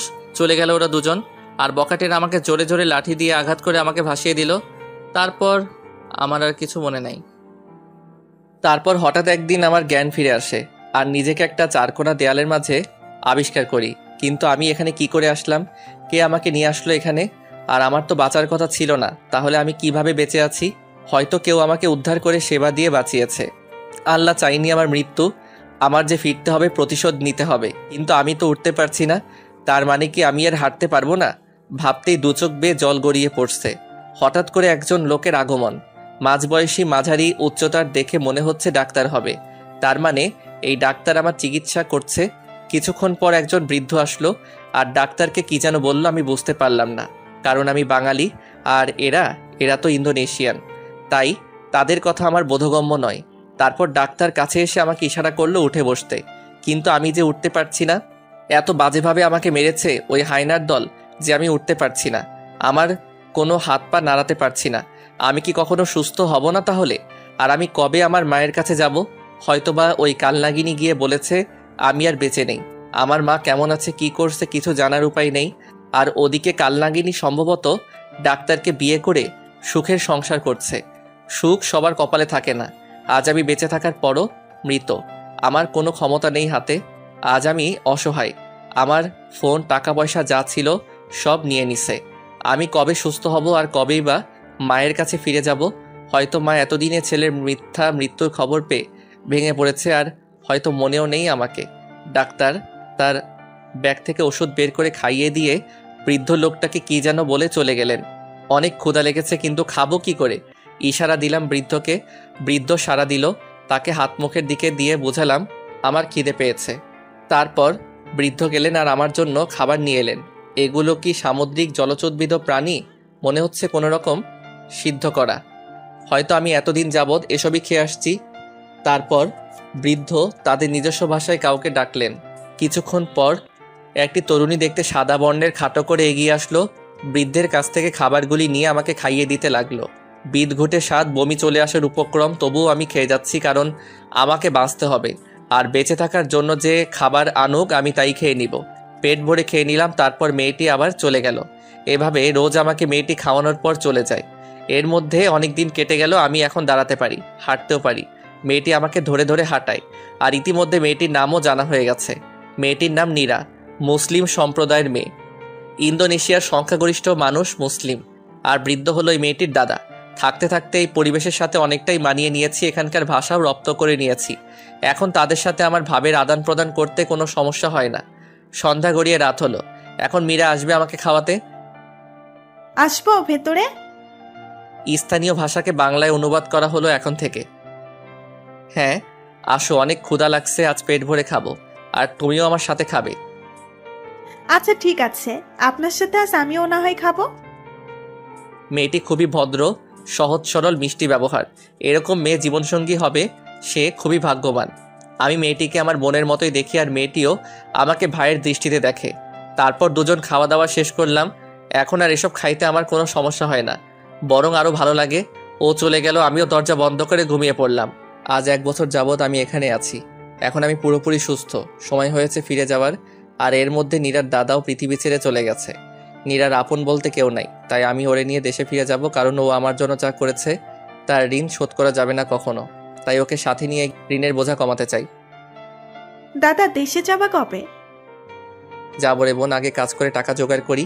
হ্যাঁ, যা শুনলেন তা একদম ঠিক। আমি এখন কাজ করি একটি হোটেলে, যা বেতন পাই তা দিয়ে দুজনের জীবন কেটে যায় কোনো রকমে। আর দেশে যাবার জন্য কিছু করে টাকা জমাই। অতপর আরও 6 মাস অতিবাহিত হবার পর আমরা দেশে যাবার জন্য প্লেনের টিকিট সংগ্রহ করেছি। আজ নিজের জঙ্গলি রূপকে পরিবর্তন করে আসছি, আবার সে আগের মেহেদি হয়ে গেছি। দাদা আমার আজ সত্যিই খুব খুশি লাগছে। কেন রে বোন, তুই আজ এত খুশি, কারণটা কি? এই যে দাদা, আজ আমি তোমার সাথে তোমার দেশের তোমার বাসায় যাব। আমার তো কেউ নেই, ছোটবেলায় বাপ মা মারা গেছে অসুখে। দাদার কাছে বড় হয়েছি। তারপর একদিন দাদা তোমাকে সমুদ্র মাছ ধরতে গিয়ে উদ্ধার করে আনে। তারপর থেকে তোমাকে আমি নিজের হাতে খাইয়ে সেবা দিয়ে সুস্থ করে তুলেছি। দাদাও চলে গেল। এখন আপন বলতে তুমি ছাড়া আমার আর কেউ নাই। তোমার সাথে যেতে পারবো, তোমার মাকে নিজের মা করতে পারবো। মায়ের আদর তো পাওয়া হয়নি কখনো। তোমার মায়ের আদর পেয়ে সেটা ভুলে যাব। তাই আজ আমার জন্য অনেক সুখের দিন। পাগলিটা এসব বলে কেঁদে দিয়েছে, বড্ড ইমোশনাল। এই পাগলি, কাঁদছিস কেন? তোর সাথে আমি আছি না, তোকে কখনো কষ্ট পেতে দিব না। তুই যে আমাকে আমার বিপদের সময় রক্ষা করেছিস, আর আমার মা মানে তোর মা। তুই অতীতের সব কষ্ট ভুলে যাবি। আমার মা যখন সব জানবে তখন তোকে অনেক আদর করবে। চোখের পানি মুছে ফেল, আর কাঁদবি না। জানিস না তুই কাঁদলে আমার ভালো লাগে না। দাদা কোথায়? আমি কাঁদছি না তো। দেখো এই যে আমি আজ কত খুশি। এটা তো সুখের কান্না ছিল দাদা, আমি আর কাঁদবো না। এই তো লক্ষ্মী বোন আমার। আচ্ছা দাদা রেডি হও, আমিও রেডি হয়ে আসছি। তারপর 2 ভাই বোন বের হব। আচ্ছা বোন, রেডি হচ্ছি। কিছু সময় পর দাদা বের হও, দেখো তোমার বোনকে কেমন লাগছে। তোমার কিনে দেওয়া বাঙালি কাপড় পরেছি আজ। বাহ, তোকে তো আজ অনেক সুন্দর লাগছে, একদম বাঙালি। সুন্দর তো লাগবেই, বোনটা যে হিরো ভাইয়ের। দাদা তোমাকে আজ নায়িকের মতো লাগছে। তাই নাকি? নায়িকা কি পাবো তাহলে? পাবে না মানে? সিরিয়াল লেগে যাবে। যে মেয়ে আমার ভাইকে পছন্দ না করবে তার চোখ নষ্ট। পছন্দ যদি করতো বোন, তাহলে কি আমার সাথে এমন দুর্ঘটনা ঘটতো? চুপ করো তো। তোমাকে না কতবার বলেছি ওইসব আর মনে আনবে না। আল্লাহ যা করে ভালোর জন্যই করে। এমন দুর্ঘটনা না ঘটলে তুমি তো তার মনটা বুঝতে পারতে না। আর সব থেকে বড় কথা, আমি দাদাকে পেতাম না। তাই যা হবার হয়েছে তা ভুলে যাও। আচ্ছা বোন, আমি ভুলে গেলাম। এখন চল আমরা বের হই। ওকে দাদা, চলো। তারপর আমরা এয়ারপোর্টে এসে আমাদের ফ্লাইটের প্লেনে গিয়ে উঠি। অতঃপর 3 ঘন্টার যাত্রা শেষে প্রিয় জন্মভূমিতে প্লেন অবতরণ করলো। 1.5 বছর পর আজ দেশের মাটিতে পা রাখলাম। আজ আমার চেয়ে খুশি হবার মতো আর কেউ নাই। তারপর ট্যাক্সি নিয়ে সোজা বাড়ির উদ্দেশ্যে রওনা দিলাম। দাদা, তোমাদের দেশ তো অনেক সুন্দর, চারিদিকে সবুজের সমারোহ, কি সুন্দর লাগছে। তোমাদের দেশ মানে কি? বলো আমাদের দেশ। ও সরি দাদা, আমাদের দেশ। রাগ করবে না, ভুলে বলে ফেলছি। আচ্ছা, সবকিছুই কেমন যেন পরিবর্তন হয়ে গেছে। 1.5 বছরে অনেক উন্নত হয়ে গেছে আমাদের দেশের। আর কতক্ষণ লাগবে বাসায় যেতে দাদা? এই তো আর 10 মিনিট। অবশেষে আমি আমার বাসার সামনে। বাসাটা একদম নিস্তব্ধ হয়ে আছে আমার অভাবে। দরজাতে নক করবো কি বোন আমাকে দেখে কি চিনতে পারবে? না জানি আমাকে ভুলে গেছে। দরজা খুলে হয়তো চোখের ভুল ভেবে আবার লাগিয়ে দিবে, না হয় ভূত ভেবে চিৎকার করে উঠবে। আরে দাদা, কিচ্ছু হবে না, আল্লাহ ভরসা। তুমি নক করেই দেখো। সব ভাবনা ছেড়ে ফেলে নক করলাম। দরজা খুলে দেখতে আমি অবাক, মনে হলো সামনে আলিফা দাঁড়িয়ে ছিল। তাহলে আবার কোথায় চলে গেল? আমি ভুল দেখছি হয়তো। দরজার সামনে দাঁড়িয়ে আছে আমার জননী। চেহারার একই হাল, চেনা যাচ্ছে না। পাগলদের মতো হয়ে গেছে। মা আমাকে দেখে বলে, কে?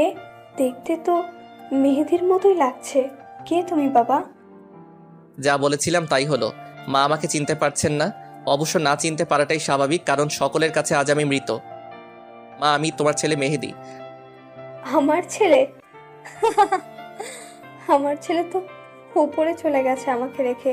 স্বার্থপর ছেলে, মাকে সাথে নিয়ে যায়নি। মা কিছুতে বিশ্বাস করছে না যে আমি মেহেদি। আমি কি করে মাকে বিশ্বাস করব যে আমি তার সে ছেলে মেহেদি? ও হ্যাঁ, মনে পড়ছে। মা আমাকে নিজে গলায় হার পরিয়ে দিছে ছোটবেলায়। সবকিছু হায়নারা নিয়ে গেলেও ওটা নিতে পারিনি। আমি আস্তে করে শার্টের ভেতর থেকে হারটা বের করে মাকে দেখিয়ে বললাম, দেখো এই হার, তুমি আমাকে তোমার নিজের হাতে পরিয়ে দিয়েছো। এবার তো বিশ্বাস কর আমি তোমার ছেলে। হ্যাঁ, তাই তো, তুই আমার ছেলে বাবা। জড়িয়ে ধরে কপালে চুমু দিল ছোটবেলার মতো করে। জানিস, তোর মৃত্যুর খবর শোনার পর আমি স্ট্রোক করেছিলাম। বেঁচে ফিরবো কখনো ভাবিনি। বৌমা যখন বলেছিল যে সন্ত্রাসীরা তোকে মেরে সমুদ্রে বিশাল ঢেউয়ের সাথে ভাসিয়ে দিয়েছে, তখন আমি কথাটি শুনে স্ট্রোক করেছিলাম। কখনো ভাবিনি যে তোর দেখা পাবো। আজ আমি অনেক খুশি বাবা। আজ যে মহা খুশির দিন। বাবা, তোর সাথে এই মেয়েটিকে? ও মা, ওর নাম নীরা। ওর আর ওর দাদুর ওসিলায় আমি আজ বেঁচে গেছি। ওর দাদু আমাকে সমুদ্রের তীরে ভেসে আসতে দেখে তারপর আমাকে উদ্ধার করে ওরা দীর্ঘ 1 বছর চিকিৎসা ও আমার সেবা করে আমাকে বাঁচিয়ে তুলছে। ওর মা বাবাও ছোট থাকা অবস্থায় মারা গেছে, আর কিছুদিন আগে বৃদ্ধ দাদাও না ফেরার দেশে চলে যায়। তাই ওর আপন বলতে আমি ছাড়া কেউ নেই। এই জন্যই আমি ওকে সাথে নিয়ে আনছি। কে বলছে ওর কেউ নেই? ও আমার ছেলের জন্য যা করেছে তার ঋণ শোধ করতে পারবো না আমি। কিন্তু ওরে আমি আজ থেকে আমার নিজের মেয়ে মনে করব। এছাড়া আমার তো কোনো মেয়েই নেই। ভালোই হলো, একটা মেয়ে পেলাম। আমিও ওকে এই কথা বলেছি। কিন্তু ও যে কোনো কথা বলছে না। ও যে ইন্দোনেশিয়ান, তাই বাংলা বুঝতে পারছে না। আমি ওকে তোমার বাংলা ভাষার কথাগুলো ওর ভাষায় বুঝাবো। আচ্ছা, তাহলে তুই ফ্রেশ হয়ে আয়, আর আমিও ওকে আমার সাথে নিয়ে যাই। আচ্ছা মা, ঠিক আছে। তারপর ফ্রেশ হয়ে খেয়ে নিলাম। আমি ঘুমাতে চলে গেলাম, আর আম্মুও নীরাকে নিয়ে ঘুমাতে চলে গেল। দীর্ঘ 1.5 বছর পর নিজের বাসায় ঘুমাবো, কিন্তু কেন জানি বারবার মনে হচ্ছে আমার কাছাকাছি কেউ আছে যে আমাকে প্রতি মুহূর্তে ফলো করছে। দূর এসব মনের ভুল। দিলাম এক লম্বা ঘুম। এক ঘুমে রাত গড়িয়ে দিন হয়ে গেছে। নীরার ডাকে ঘুম ভেঙে যায়। দাদা ওঠো, ফ্রেশ হয়ে নাস্তা করতে আসবে। আচ্ছা যাবো না, আমি আসছি। আচ্ছা আমি গেলাম, তুমি তাড়াতাড়ি আসো। ফ্রেশ হয়ে নাস্তা করে নিলাম। তারপর মাকে বললাম, মা সবাইকে আজ ডিনারে ইনভাইট করো, যেন আমাকে দেখে চমকে যায়। আচ্ছা ঠিক আছে, আজ তোর বন্ধুদের আত্মীয় স্বজনদের ইনভাইট করব। ওকে। তারপর আমি আমার রুমে গেলাম। ভাবলাম এখন বাইরে যাব না, রাতে সবাইকে চমকে দিব। কাল থেকে বের হব। এখন বরং ছাদে যাই, রুমে আর ভালো লাগছে না। তারপর সোজা ছাদে চলে গেলাম। ছাদের যে পাশে কাঠগোলাপের গাছ, ওই পাশে গিয়ে অতীতের সব কথা ভাবতে থাকলাম। আলিফার কথা অনেক বেশি মনে পড়ছে।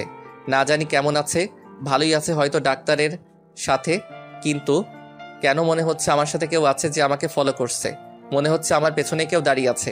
পেছন ফিরে তাকাতে কিছুই তো নেই, তাহলে এসব আমার মনের ভুল। কিন্তু চিলেকোঠার রুমের কর্নারে কিসের যেন শব্দ হচ্ছে। যা আছে কপালে ওইখানে কি আছে আমাকে দেখতেই হবে। এগিয়ে গিয়ে দেখে আমি ভয় পেয়ে গেলাম। একটি সাদা ছেঁড়া শাড়ি পরে একটি মহিলা দাঁড়িয়ে আছে। উস্কো খুস্কো চুলগুলি উঠছে, জীর্ণ শীর্ণ দেহ, কি যেন বিড়বিড় করে বলতেছে। আমি কিছু না ভেবে মাকে ডাকলাম, মা ও মা ছাদে আসো তো। মা হাজির হয়ে বলল, কি হয়েছে? এই অসময়ের ছাদে কি করিস? আর আমাকে ডাকলি কেন? ছাদে ওই অচেনা পাগলির মতো দেখতে কে ওইখানে দাঁড়িয়ে আছে দেখো তো। আচ্ছা সরে দাঁড়া, আমাকে দেখতে দে। ও, ওকে চিনিস নাই? আমি তো তাকে দেখিই নাই, চিনবো কেমনে? মনে হচ্ছে পাগলি। তাহলে দেখ। দেখি অবাক, ও আর কেউ না, আমার পরি, যাকে আমি অনেক ভালোবাসতাম। আর আমার ভালোবাসার দুর্বলতাকে পুঁজি করে আমাকে পৃথিবী থেকে বিদায় করে দিতে চেয়েছিল। কিন্তু মা, ওর এই অবস্থা হলো কি করে? তুই কিছুই জানিস না। কি জানি না, আমি খোলাসা করে বলো শুনি। শুন তাহলে, তোর উপর সন্ত্রাসী হামলায় ওর কোনো হাত নেই। যা করার ওই ডাক্তার করেছে। কি বলতেছো? আমি নিজ কানে শুনেছি। ওকে দিয়ে ডাক্তার এসব বলতে বাধ্য করেছে। আর তোকে মারার কোনো ইচ্ছেই ছিল না ওর। তাহলে আমার সাথে এসব ঘটলো কি করে? ও যখন তোর সাথে হানিমুনে যায়, তখন ও আস্তে আস্তে তোর প্রতি দুর্বল হতে থাকে। আর ওই ছেলের সাথে ঠিকমতো কথাও বলে না, ওই ছেলেকে ইগনোর করতে থাকে। আর ছেলেটি এসব মেনে নিতে পারেনি, তাই ওই ছেলেও ইন্দোনেশিয়া চলে যায় আর সন্ত্রাসীদের টাকা দিয়ে কবজা করে, তোর উপর আক্রমণ চালায়। এটা যখন আলিফা জানতে পারে, তখন তোকে বাঁচাতে চায়, কিন্তু ছেলেটা আলিফাকে ব্ল্যাকমেল করে, আলিফাকে বাধ্য করে ওসব বলতে। তারপর আলিফাকে দেশে এনে মারাত্মকভাবে শারীরিক নির্যাতন করে। আলিফা কিছু বলেনি? আলিফা অনেক বলছে, ভিক্ষে চেয়েছে ছেলেটার ভালোবাসা, কিন্তু ছেলেটা বলে ও নাকি আলিফাকে ভালোই বাসেনি, শুধুমাত্র ব্যবহার করার জন্য এসব করেছে। আলিফা এসব শুনে অনেক কান্নায় করে আর তোর জন্য আফসোস করে।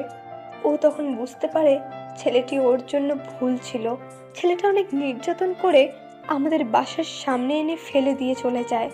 তারপর আমি বাইরে বের হলে ওকে উদ্ধার করি আর ওর মুখে সব ঘটনা শুনি।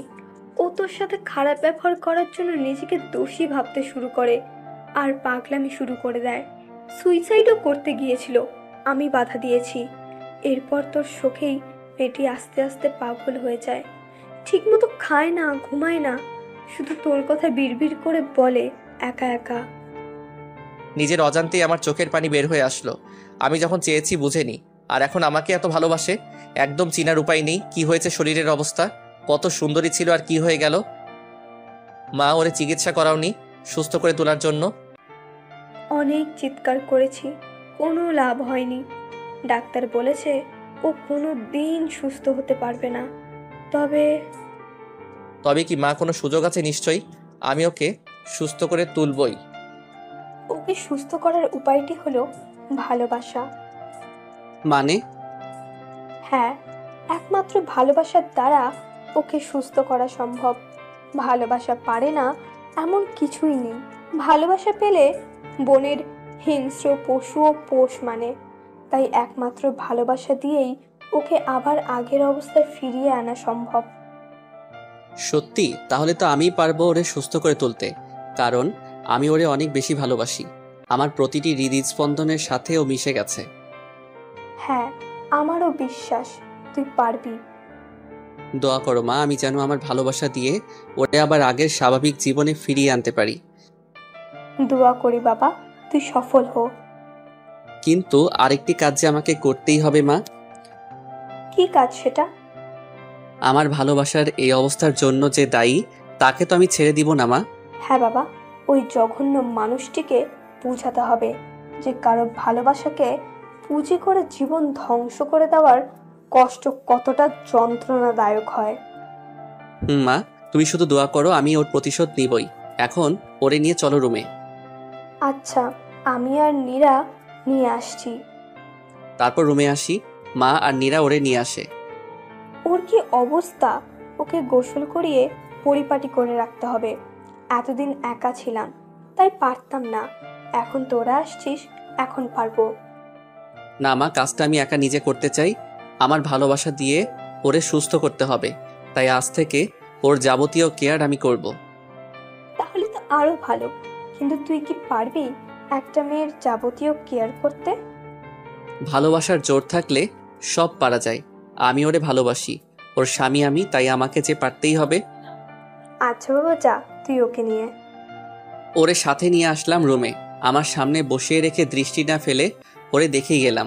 ভালোবাসার মানুষকে কাছ থেকে দেখাটা অনেক বেশি আনন্দের। পাগলিটার কিছু মনে পড়ছে না, শুধু খিলখিল করে হাসছে, ড্যাব ড্যাব করে তাকিয়ে আছে।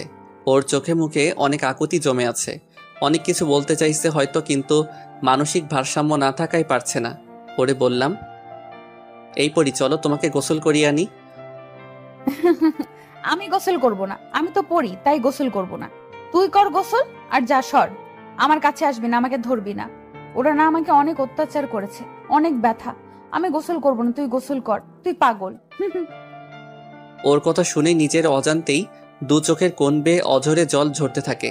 এত সুন্দরী পরিষ্কার পরিপাটি থাকা আমার পরীর আজ এই নির্মম অবস্থার জন্য দায়ী ওই ডাক্তার। আমি ছাড়বো, খোদার কসম।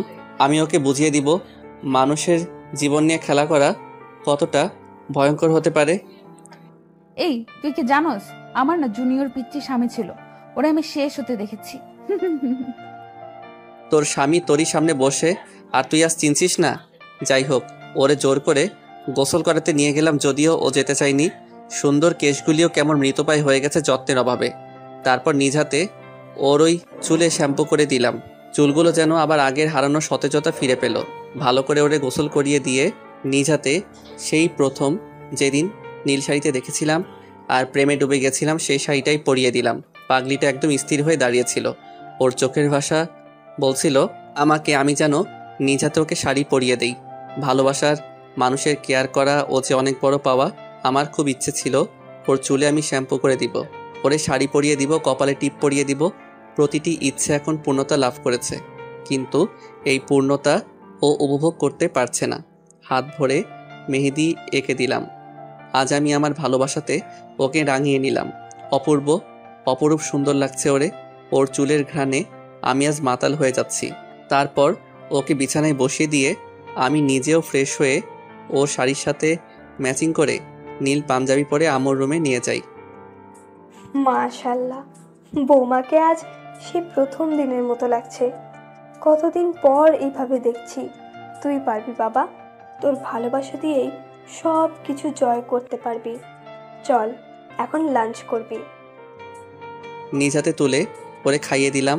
ও কেন যেন কোনো রকম বাধা দিচ্ছে না। ও হয়তো এই ভালোবাসা পেতে চেয়েছে। ওরে খাইয়ে আমিও খেয়ে আবার দুজন রুমে চলে আসি। এই তুই কি আমাকে বিয়ে করবি? তোরে আমার পছন্দ হয়েছে, তুই খুব ভালো। বিয়ে তো অনেক আগে করছি, তবে হ্যাঁ, ও সুস্থ হলে আবার বিয়ে করে নিব। তারপর ওরে বললাম, হ্যাঁ আমি তো তোমাকে বিয়ে করবই। তুই আমার জামাই হবি? আমার শরম করতেছে, তুই সর। পাগলিটা লজ্জা পেয়েছে। লজ্জা পেয়ে একদম লাল টুকটুকে হয়ে গেছে। লজ্জা পেলে যে ওরে আরো বেশি কিউট লাগে আজ বুঝতে পারলাম। দেখতে দেখতে বিকাল গড়িয়ে এলো। বিকালবেলায় ছাদে যেতে ওর ভালো লাগে, তাই আমি ওরে নিয়ে ছাদে যাই। এখানে কেন আসলি আমাকে নিয়ে? এখানে আমার এই বেলায় আসতে ভালো লাগে, কিন্তু আমার সাথে না কেউ আসতোই না।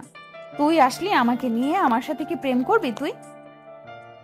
আজ থেকে প্রতিদিন এই সময় তোমাকে আমি ছাদে নিয়ে আসব। আর তোমার সাথে আমি প্রেম করব সুন্দরী। আচ্ছা তাহলে তুই এখন এইখান থেকে লাফ দে। আরে পাগলি, তাহলে যে আমি মরে যাব, তোমার সাথে প্রেম করব কেমনে? ও মরে যাবি লাফ দিলে? থাক তাইলে তুই আমার সাথে আমার হাত ধরে বসে থাক। তারপর ওর হাত ধরে বসে থেকে বিকাল শেষে সন্ধ্যায় সূর্যাস্ত দেখে আবার রুমে চলে এলাম। রুমে এসে ওরে নাস্তা করিয়ে বললাম, এখন তুমি একটু ঘুমাও। কেন, তুই কি এখন চলে যাবি আমাকে রেখে? আমাকে রেখে যাস নেই, আমার সাথে থাক। তোর সাথে থাকলে আমার ভালো লাগে। আরে আমি যাব না, তোমাকে ছেড়ে আমি কোথাও যাব না। তুমি ঘুমাও, আমি একটু বেলকনিতে গিয়ে বন্ধুদের সাথে কথা বলবো। অনেকদিন হলো ওদের সাথে কথা বলিনি। আমি ঘুমাবো কেমনে? আমার ঘুম আসে না। তুই ঘুম পাড়িয়ে দিবি আমায়? বল, দিবি না? আমার পরীর কথা কি আমি ফেলতে পারি? তারপর ওরে ঘুম পাড়িয়ে কপালে একটা কিস দিয়ে বেলকনিতে যাব, যখন ঠিক তখনই দেখি পাগলিটা আমার পাঞ্জাবির এক প্রান্ত ধরে ঘুমিয়ে আছে। এখন তো ছাড়াতে গেলেই ঘুম ভেঙে যাবে। বন্ধুদের সাথে কথা আজ বাসায় আসলে বলবো নি, এখন বরং আমি ওর মাথার পাশে বসে থাকি। ঘুমন্ত চেহারা যে কতটা নিষ্পাপ আর সৌন্দর্যে মোড়ানো সেটা পরীকে এভাবে কাছ থেকে না দেখলে বুঝতেই পারতাম না। ওর কাজল কালো হরিণী চোখ, দীঘল কালো ঘন কেশ, ঠোঁটের নিচের তিল আর পরনে নীল শাড়ি আমাকে প্রতি মুহূর্তে নতুন করে ওর প্রেমে ডুবিয়ে দিচ্ছে। আমি যে সৌন্দর্যে মাতাল হয়ে যাচ্ছি, কিছু না ভেবে ওর কোমল হাতটি আমার হাতে রেখে দিয়ে কপালে একটি ভালোবাসার প্রতীক এঁকে দিলাম। আর তখনই ওর ঘুমটা ভেঙে যায় আর আমাকে টান দিয়ে বুকে জড়িয়ে নেয়। ছাড়বো না এখন। দেখি কেমনে যাস তুই। আমার কপালে কি করলি বলে দেবো তুই পচা। এই ছাড়ো, আর সবাইকে বলবা কেন? আমি তো তোমাকে ভালোবাসি তাই কিস করেছি। তুই পচা। আমি ঘুমিয়ে গেলে সুযোগ পেয়ে এসব করছিস। আমাকে না বলে আমি তোর আম্মুকে বলে দেবো। এই না পাগলি, নিজেদের মধ্যের ঘনিষ্ঠ মুহূর্তের কথা কাউকে বলতে নাই। কেন বলতে নাই? বললে কি তোকে তোর আম্মু মারবে? মনে মনে এই পাগলির সাথে মোটেও পাগলামি করা যাবে না, করলেই বিপদ। তার থেকে বরং ওর কথাতেই সাড়া দেই। হ্যাঁ, আম্মুকে বললে আমাকে অনেক মারবে, আর আমাকে আম্মু তোমার সাথে প্রেম করতে দিবে না, তোমার সাথে থাকতেও দিবে না। ঠিক, তাহলে বলবো না। এই তো ভালো মেয়ের মতো কথা। আমি ভালো আর তুই পচা। আচ্ছা আমি পচা, তুমি অনেক অনেক ভালো, খুশি হও এবার। আমি অনেক বেশি খুশি। তুই আমাকে একটা জিনিস দিবি? হ্যাঁ অবশ্যই দিব, বলো কি চাও। আমার একটা পুতুল কিনে দিবি? ওই পুতুল দিয়ে আমি খেলবো। হায় রে পাগলি, পুতুল নিয়ে খেলবে? কয়েক বছর পর ওর বাচ্চা, আর এখনো বলয় ও নিজেই খেলবে। কি আর করা, সুস্থ হবার আগ পর্যন্ত পাগলামি সহ্য করতেই হবে। আচ্ছা কাল তোমাকে পুতুল কিনে দিব। তুই পচা না, খুব ভালো। তুমিও পাগলি। এদিকে আবার সবার আসার সময় হয়ে গেছে, আর মাকে বলছি আমার কথা গোপন রেখে আসতে বলতে, যাতে ওরা দেখে চমকে যায়। দাদা সবাই চলে আসছে, তুমি ভাবিকে নিয়ে নিচে চলে আসো। আচ্ছা তুই যা, আর কাউকে আমার কথা বলবি না, আমি তোর ভাবিকে নিয়ে আসছি। কোথায় যাবি আমাকে নিয়ে? নিচে ডাইনিং রুমে যাব। আচ্ছা, আমার হাত ধরে নিয়ে যাবি? বউয়ের হাত ধরে যেভাবে নিয়ে যায় ওইভাবেই নিব। ওদিকে আত্মীয় স্বজন, বন্ধু বান্ধব সবার সাথে কথা বলছে। আর হ্যাঁ, আজকে আমার জন্মদিন ছিল, তাই সবাইকে আজ বাসায় ইনভাইট করা হয়েছে। তোমরা সবাই কেমন আছো? হ্যাঁ ভালো আছি, আপনি কেমন আছেন? হ্যাঁ, আমিও ভালো। সবাই তো জানো আজ মেহেদির জন্মদিন। হ্যাঁ জানি, আজ যদি ও আমাদের মাঝে থাকতো তাহলে অনেক ভালো লাগতো।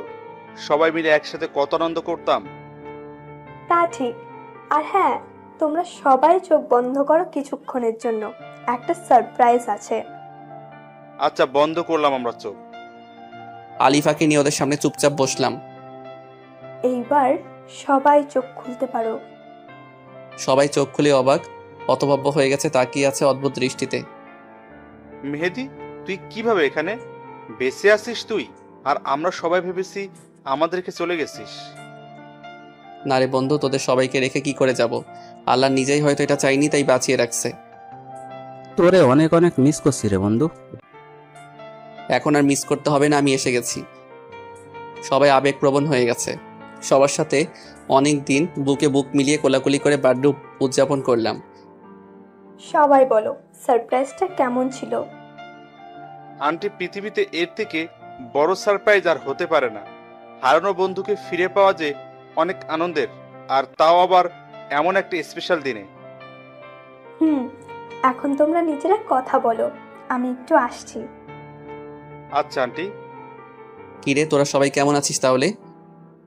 এতদিন তো বেটা কেউই ভালো ছিলাম না, তবে এখন অনেক ভালো আছি বন্ধু, তোকে ফিরে পেয়ে। ঠিক বলেছিস। তো তোরা কি বিয়ে টিয়ে করে ফেলছিস? না চাস্তো, বিয়ে করিনি, তবে এখন তুই আসছিস তাই বিয়ে করা হবে। আরে মারিয়াকে নাকি আবার অন্য কেউ? মারিয়াকেই। জানিস না তো, তন্ময়ের পুষ্পিতার সাথে সব ঠিক হয়ে গেছে। আমার কপালটাই খারাপ, রাত্রিকে পাইলাম না।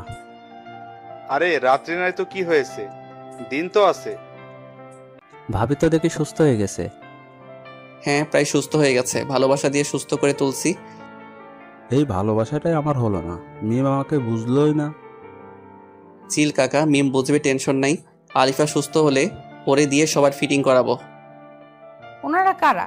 কখন থেকে তুই কথা বলছিস আমার সাথে না বলে? ওরা সবাই আমার বন্ধু। ও আচ্ছা। মা আসো, সবাইকে খাবার দিয়ে যাও। মা এসে সবাইকে খাইয়ে দিল।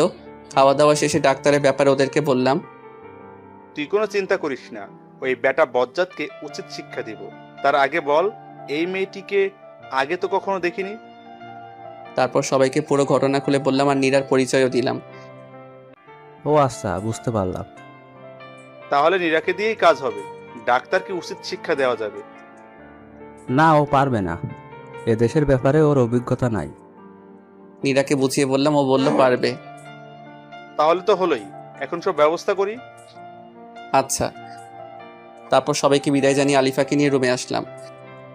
এখন কি করবি, ঘুমাবি নাকি? না, এখন তোমাকে ছাদে নিয়ে গিয়ে গান শোনাবো। সত্যি? তাহলে এক্ষুনি চল। ওকে। তারপর ওকে নিয়ে ছাদে আসি। ওর শিউলি ফুল খুব পছন্দ, তাই আজকে আমি ওকে শিউলি ফুলের মালা গেঁথে দিলাম আর বেলি ফুলের মালা কোপায় বেঁধে দিলাম। ও অনেক খুশি হয়েছে আজ। ওর এই হাসি মুখ দেখার জন্য আমি রোজ শিউলি ফুলের মালা আর বেলি ফুলের মালা নিজ হাতে গেঁথে ওর খোপায় বেঁধে দিব আর বেলকনিটা কাঠগোলাপে ভরিয়ে দিব। কাঠগোলাপের সাধার মায়ার মাঝেই আমার ভালোবাসা খুঁজে নিবে। তারপর ওকে নিয়ে এসে আমার বুকে ওর মাথা রেখে ঘুম পাড়িয়ে দিলাম। ওর ঘুমন্ত মিষ্টি মুখটা দেখে কপালে একটি চুমু দিয়ে আমিও ঘুমিয়ে গেলাম। পরদিন সকালে নীরার ডাকে ঘুম ভাঙে। দাদা আর কত ঘুমাবে, এবার উঠে ফ্রেশ হয়ে ভাবিকে নিয়ে নিচে আসো। পরীকে ডেকে তুলে দুজনে ফ্রেশ হয়ে নাস্তা করতে গেলাম। এদিকে নীরা এখন বাংলা শিখে গেছে, মোটামুটি সব কিছু বুঝে বলতে পারে। নীরা, আজ তাহলে তোর কি কাজ জানিস? হ্যাঁ দাদা, খুব ভালো করেই জানি। আর কাজটা যেন সঠিকভাবে সঠিক উপায়ে করতে পারি তার জন্য পরিকল্পনাও করে ফেলছি। বাহ, খুব ভালো কাজ। তাহলে আজ সকালে শুরু করে দে। আচ্ছা দাদা। নাস্তা শেষ করে আলিফা ও নীরাকে সাথে নিয়ে ঘুরতে বের হলাম। অনেকদিন পর বাসা থেকে বের হলাম, সেটাও আবার কিনা দীর্ঘদিন পর দেশে এসে। নীরাকে সবকিছু বুঝিয়ে দিয়ে ডাক্তারের ক্লিনিকে পাঠিয়ে দিয়ে আমরা দুজন ওখান থেকে চলে এলাম। সেদিকে ভেতরে আসতে পারি? হ্যাঁ আসুন। ধন্যবাদ। বসেন। আর আপনার কি সমস্যা বলেন। আমার তো সমস্যার শেষ নেই, অনেক রকম সমস্যা। সমস্যা নেই, বলেন সব। আমার রাতে ঘুম হয় না, বুকের পাপাসটা চিনচিনে করে ব্যথা করে। রোজ রাতে স্বপ্ন দেখে আমার এক ডাক্তারের সাথে ঘুরতে বের হয়েছি। এইগুলোই আমার সমস্যা। পেয়েছি, এই মেয়েকে পাঠানো খুব সহজ হবে। এই মেয়েই আমার পরবর্তী টার্গেট। একে দিয়েই নিজের একাত্মিত্ব দূর করে পরে ছুঁড়ে ফেলে দিব। আচ্ছা, আপনি টেনশন করবেন না, এই ঔষধগুলি নিয়মিত খাবেন। আর এই নেন আমার নাম্বার, ওষুধ খেয়ে ফলাফল জানাতে ভুলবেন না। আচ্ছা ঠিক আছে, আমি এখন আসি। আর হ্যাঁ, আপনি অনেক স্মার্ট। ইস, কপাল খুলে গেল, এ তো মেঘনা চাইতে বৃষ্টি। ওহ তাই, ধন্যবাদ, আপনিও অনেক রূপবতী। ধন্যবাদ, আসি এবার, আবার দেখা হবে। আসুন। ইস, কাজ হয়েছে, আবার দেখা হবে। আরো কত কি হবে। আলিফাকে নিয়ে সবুজ প্রকৃতিতে উপভোগ করে বাসায় ফিরলাম। দাদা, কাজ তো হয়ে গেছে, বেটা বচাত নাম্বারও দিয়েছে। এবার শুধু ফোনটা দিব আর কাজটা হয়ে যাবে। দোয়া রইল বোন, তুই পারবি। তারপর লাঞ্চ করে দুপুরে লম্বা ঘুম শেষ করে বিকালে ছাদে গেলাম পরীকে নিয়ে। আজ বিকেলটা অনেক সুন্দর, দক্ষিণা মৃদু বাতাস, আকাশে রঙিন ঘুড়ির মেলা, সত্যি অনেক ভালো লাগছে। আরে পাগলি, দেখছি সুস্থ হয়ে গেছে প্রায়। হ্যাঁ, অনেক সুন্দর। তারপর দুজনে মিলে গল্প করে সন্ধ্যা শেষ করে রুমে ফিরে আসি। কিছুক্ষণ পর মা খেতে ডাকে। তারপর দুজনে খেয়ে এসে বেলকনিতে এসে চায়ের কাপে চুমুক দিচ্ছি। আর ওইদিকে এখন ফোন দেই বেটা বচাতকে। ফোন ধর তাড়াতাড়ি। কে আপনি? এত তাড়াতাড়ি ভুলে গেলেন কে আমি? আহা, আপনি আপনার পরিচয় না দিলে কি করে বুঝবো আপনি কে? আর এখানে ভুলে যাওয়ার কথা আসছে কেন? আমি আপনার পেশেন্ট নীরা। ফোন দিতে বলে এখন নিজেই ভুলে গেছেন? আরে না, আমি তো আপনার ফোনের জন্যই অপেক্ষা করছিলাম। সত্যি আমার ফোনের জন্য অপেক্ষা করছিলেন? হ্যাঁ সত্যিই। কেন, আপনার ফোনের জন্য অপেক্ষা করতে পারি না নাকি আমি? না মানে আমার ফোনের জন্য তো কেউ অপেক্ষা করেনি কখনো, তাই বললাম। কেউ করেনি তো কি হয়েছে, আজ থেকে না হয় রোজ আমি অপেক্ষায় থাকবো। এভাবে বলবেন না, প্রেমে পড়ে যাব। সমস্যা নেই তো? আপনার স্ত্রী কষ্ট পাবে। দূর, কি যে বলেন, আজ পর্যন্ত প্রেম করতেই পারলাম না, আর স্ত্রী তো অনেক দূরের কথা। তাহলে তো ভালো, ডাক্তারের প্রেমে পড়ে গেলেও সমস্যা নেই। সত্যি আমার অনেক ভালো লেগেছে, একদিনে এত প্রেম। ও কেন, একদিনে প্রেম হতে পারে না? বিশ্বাস করতে না পারলে ভাই। এই না, বিশ্বাস করি, ভালোবাসি আপনাকে। আমিও তোমাকে অনেক ভালোবাসি। আর হ্যাঁ, আজ থেকে আমায় আপনি না তুমি করে বলবে। তুমি বললে তোমাকে বউ বলে ডাকতে পারি? আপাতত তুমি ঠিক আছে। আচ্ছা বেবি, কি করো তুমি? তোমার সাথে কথা বলি বাবু। তুমি কি করো গো? আমিও তোমার সাথে কথা বলছি, আমার কাজই তো এটা। অনেকক্ষণ কথা শেষে আচ্ছা বাবু, এখন ঘুমাও। আর 5টা মিনিট থাকো প্লিজ। চুপ, আর 1 সেকেন্ডও না, এক্ষুনি ঘুমাও। Good night. Okay baby, good night. এদিকে বর্ষরের ফোন। কিরে, হঠাৎ রাতের বেলা ফোন দিলে আমাকে কি মনে করে?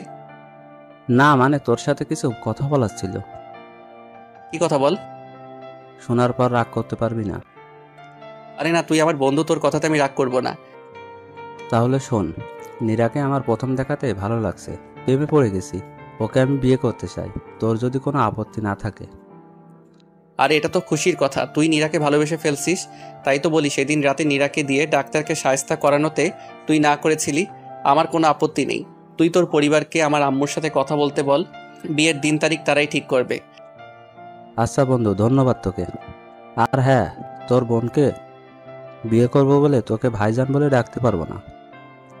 আরে সমস্যা নেই, আমরা আগে থেকে বন্ধু, তাই ভাইজান বলার দরকার নেই, তুইটাই বেস্ট। আচ্ছা বন্ধু, তাহলে এখন রাখি। আর নীরাকে বলে দিস ডাক্তারের থেকে যেন নিজেকে নিরাপদে রাখে। ওকে বলবো, এখন ঘুমা, গুড নাইট। তারপর আমার পাগলি বউকে বললাম বিয়ের কথা। বাহ, বিয়ে মানে কত মজা, তাই না? তাহলে আমরাও বিয়ে করে ফেলবো। হ্যাঁ আচ্ছা ঠিক আছে, এখন তুমি আমার বুকে মাথা রেখে ঘুমিয়ে যাও। আচ্ছা, তুইও ঘুমা আমার সাথে। ওকে, গুড নাইট।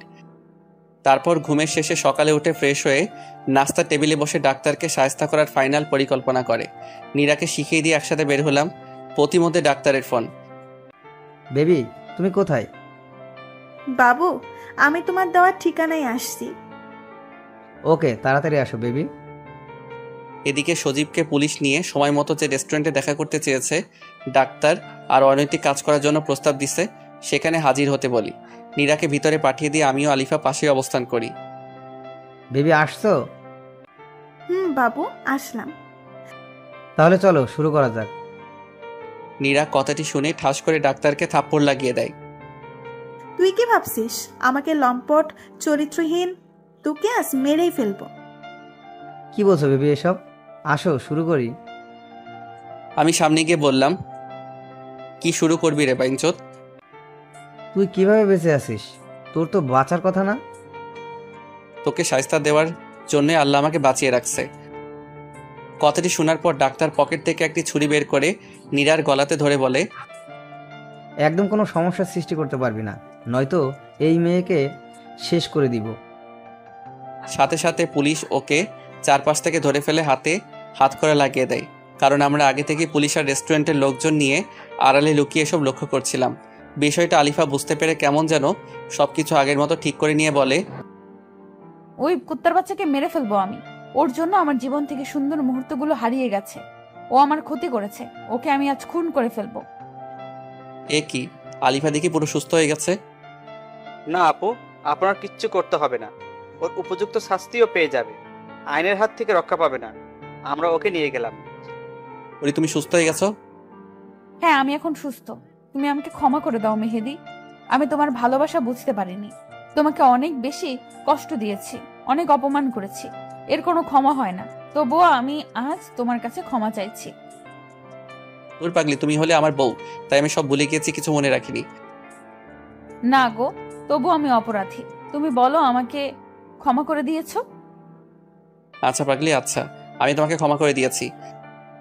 ধন্যবাদ। আর আজ আমি তোমাকে একটা কথা বলতে চাই, যে কথাটি 1.5 বছর আগে বাড়িতে পিঙ্ক বিচে বলার জন্য আমি একটু আলাদা হয়েছিলাম। কখনো ভাবিনি যে তার জন্য এভাবে 1.5 বছরের জন্য আলাদা হয়ে যাব। ওইসব অতীতের কথা বাদ দিয়ে কি বলতে চাও বলে ফেলো, আমার আর কৌতূহলে শেষ হচ্ছে না। আমি তোমাকে ভালোবাসি। থাকবে তো শেষ নিঃশ্বাস পর্যন্ত আমার সাথে? বিপদে আপদে সবসময় পাশে থাকবে? আমিও তোমাকে অনেক অনেক বেশি ভালোবাসি পরি। আর হ্যাঁ, আমি তোমার হাসি মুখের জন্য সব করতে পারবো। তাহলে করছো না কেন? কি করছি না? গাধা, জড়িয়ে ধরো আমাকে। বলার সাথে সাথে শক্ত করে ওকে জড়িয়ে ধরলাম। প্রায় 2 বছর বিবাহিত জীবনে এই প্রথম ওকে জড়িয়ে ধরেছি। ভালোবাসার মানুষের প্রথম স্পর্শ যা কখনো ভোলা যায় না। এটা এক অন্যরকম ভালো লাগা। ওর মাথা একদম আমার বুকে মিশে গেছে। আমার হৃদস্পন্দন গুলি খুব কাছ থেকে অনুভব করেছি পরি। কপালে একটি কিসও করে দিলাম, কিন্তু পাগলিটা করতে পারছে না, কেননা ও আমার পিচ্ছি বউ। ওই কুত্তা, নিচু হবি নাকি হাঁটুতে মারতে হবে জায়গা মতো? তাহলে তখন এমনিতেই নিচু হয়ে যাবে। এই কি বলো, হাঁটু মারলে তোমারই লোকসান। যাই হোক, আমি মাথা নিচু করছি, তারপর আর কি, ও আমার কপালে একটা দিয়ে দিল। আচ্ছা, এই মেয়েটিকে? তারপর ওকে সব বললাম বুঝিয়ে। তাহলে তো ভালোই, ননদও পেয়ে গেলাম। হ্যাঁ, আর আমিও তোমার মতো একটা সুন্দরী ভাবি পেলাম। আচ্ছা হয়েছে, এখানে আর সময় নষ্ট না করে শপিং এ যাওয়া যাক, বিয়ের প্রস্তুতি নিতে হবে যে। হ্যাঁ চলো।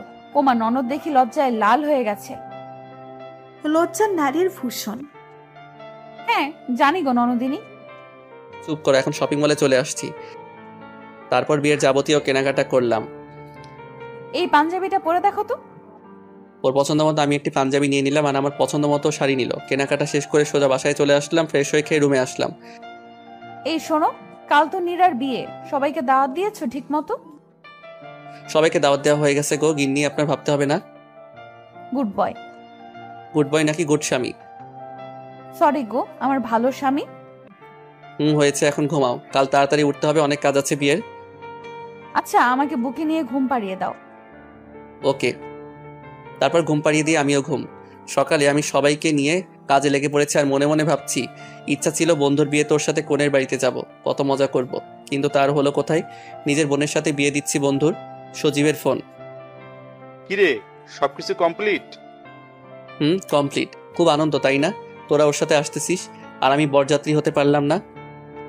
আচ্ছা, বরযাত্রী হবার যখন এতই শখ, তখন তুই বিয়ে বাড়ির গেটের একটু সামনে এসে আমাদের সাথে বরযাত্রী হয়ে গেট দিয়ে প্রবেশ করিস। আচ্ছা, এটা ভালো বুদ্ধি।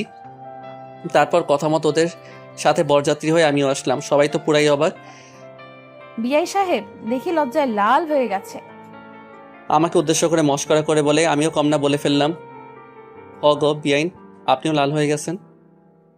সবাই আমাদের কাহিনী দেখে পাগলের মতো হাসছে। তারপর বিয়ের কাজ সম্পন্ন করে ওদের দোয়া করে ছেড়ে দিয়ে আসলাম।